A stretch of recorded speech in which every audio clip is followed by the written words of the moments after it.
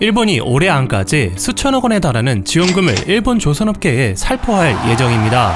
정부가 발행한 국채를 기초로 자국 기업이 건조한 선박을 구매하겠다는 겁니다. 지난 2018년 11월 한국 정부가 위기에 처한 조선업을 지원한 것에는 시장을 왜곡한다며 WTO에 제소한 바 있어 자신들의 지원금은 착한 지원금, 한국의 지원금은 나쁜 지원금으로 생각하는 것 아닌가 하는 비판이 나옵니다. 아무리 국제 무대가 야생과 같다 해도 노골적으로 저런 움직임을 보이는 일본은 불합리하다고밖에 말할 수 없을 텐데요.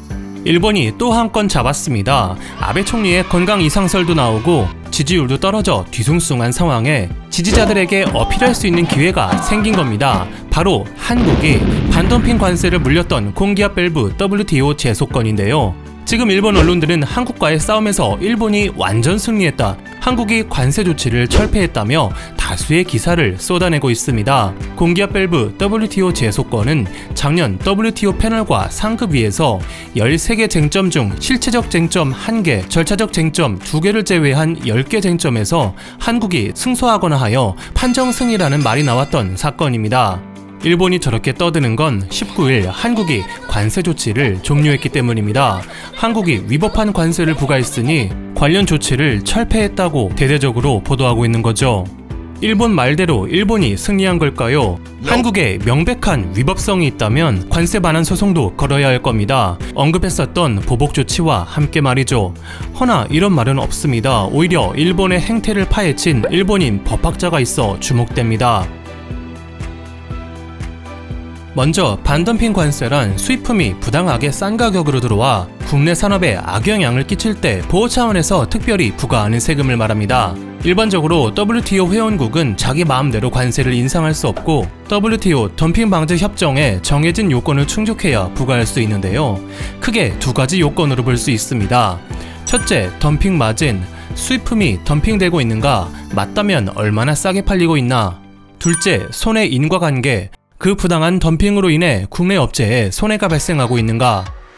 2015년 1월 20일 한국기재부는 한국무역위원회의 권고에 따라 두 가지 요건을 충족하고 약 11.66%에서 22.77%에 달하는 관세를 결정했습니다. 일본산 공기업 밸브 가격 후려치기로 국내 기업들이 위협받은 게 명백하다는 거죠. 그리고 일본 정부는 이듬해 3월 15일 한국의 조치는 부당하다며 WTO 제소를 시작합니다.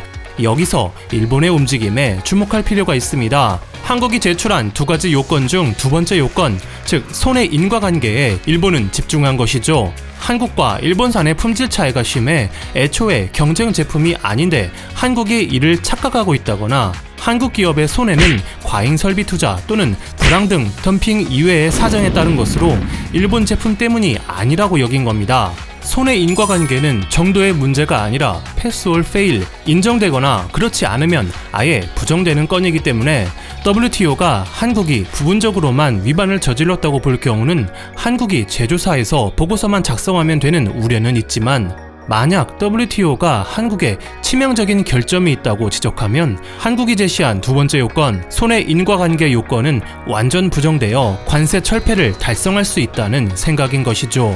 첫 번째 요건, 덤핑 마진은 손해 인과관계와 달리 정도의 문제이기 때문에 부분 승소해서 세율을 낮추거나 할 수는 있지만 일본은 관세 자체를 제거하는 길을 선택한 겁니다. 당시 일본 정부는 한국무역위의 조사 자료가 신통치 않았다고 보았고 그간 일본 손을 들어준 WTO의 상급위 판례도 많았기 때문에 충분히 승산이 있다고 본 겁니다. 그런데 일본에 예상치 못한 일이 벌어집니다. 초장부터 꼬여버린 겁니다. WTO가 일본이 제출한 손해 인과관계 관련 7개 청구 중에서 3개를 전부 부정하고 2개는 요청서가 미비하다는 이유로 검토 자체를 거부해버린 건데요. 소장 내용도 보지 않고 형식, 요건, 절차 등을 제대로 지키지 못해 각하했다는 겁니다. 국가 간 분쟁에서 웃지 못할 일이 벌어진 거죠. 일본은 곧바로 상급위원회에 상소했습니다. 상당히 당혹스러웠을 텐데요. 다행히 상급위는 일본의 주장을 인정했습니다. 패널이 요청서를 검토하지 않고 문전박대한 것은 잘못됐다는 겁니다. 다만 법률심인 상급위는 매우 한정된 범위에서 패널의 결정에 잘잘못만 검토할 뿐 새로운 판단을 스스로 내릴 수 없기 때문에 일본으로선 큰 반전을 기대할 수 없었는데요. 그래도 상소를 했다는 건 패널의 결정이 너무나도 충격적이었고 무엇 하나라도 건지고 싶은 심정이었을 겁니다. 그런데 상급위에서도 일본의 날벼락이 떨어집니다. 패널의 판단이 그대로 유지되거나 각화됐던 건 한국이 승리, 일본이 겨우 승소한 건에서도 한 건을 상급위가 번복해버린 겁니다. 안 하는 이만 못한 꼴이 된 거죠. 최종적으로 일본은 집중했던 손해인과관계 요건에 관한 이의제기 7개 청구 중 단 1개밖에 승소하지 못했습니다. 기업 간 거래에서 제품을 대량 납품하면 어느 정도 할인을 해주는데 KTC가 이를 고려치 않고 일본 제품 대 한국 제품을 1대1로 가격 비교했다는 것 하나만 지적해서 이긴 겁니다. 자, 그럼 일본은 어떤 부분에서 승소라 주장하는가? 일본 경제산업성은 당시 보도자료에서 WTO가 한국이 다음 2개를 위반했다고 인정했다 주장했습니다. 첫째, 일본산 밸브는 한국산보다 고가, 고기능이며 애초에 가격 비교가 가능한 것인지 적절한 설명이 없다. 둘째, 한국산보다 비싼 일본 제품이 원래 저렴했던 한국산 제품의 가격을 저하시키는지에 대한 설명이 불충분하다. 여기서 카와세 교수는 WTO 상급위 보고서를 아무리 보아도 첫 번째 내용을 찾아볼 수 없다고 지적했습니다. 품질 차이로 인해 경쟁 제품이 될 수 없다는 인식은 일본 정부의 생각으로서 WTO는 말하지 않았는데 마치 WTO도 같은 생각인 것처럼 경제산업성에 발표했다는 거죠. 결국 카와세 교수는 일본 정부가 처참한 성적표를 받았음에도 이겼다고 주장하는 것은 한국이 시정해야 하는 부분, 가격 비교 방법을 차후 한국이 WTO에 설명하지 못할 테니까 이겼다라고 주장한 거라 분석했습니다.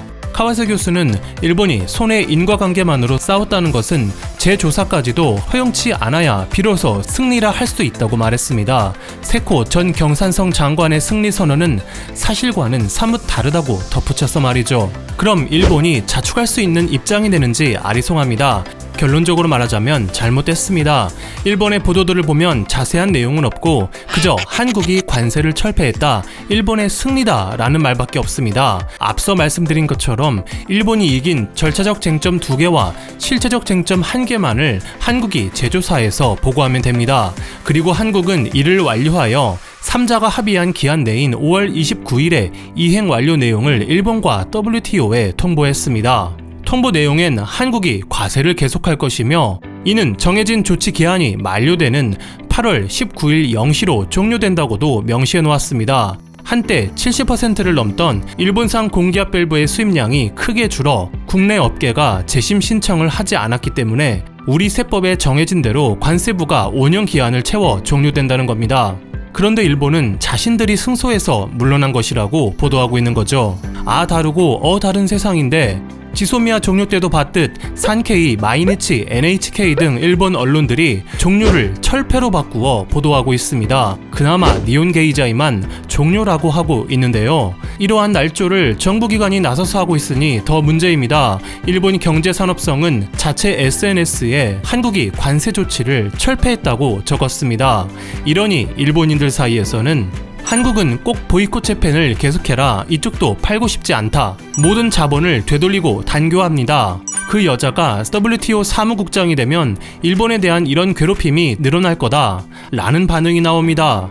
자동 종료된 것을 울며 겨자 먹기로 걷어들였다고 우기니 저들이 말하는 것과는 달리 실제로 단교될 가능성이 적은 만큼 앞으로도 일본을 대하는 자세에서 주의가 필요해 보입니다.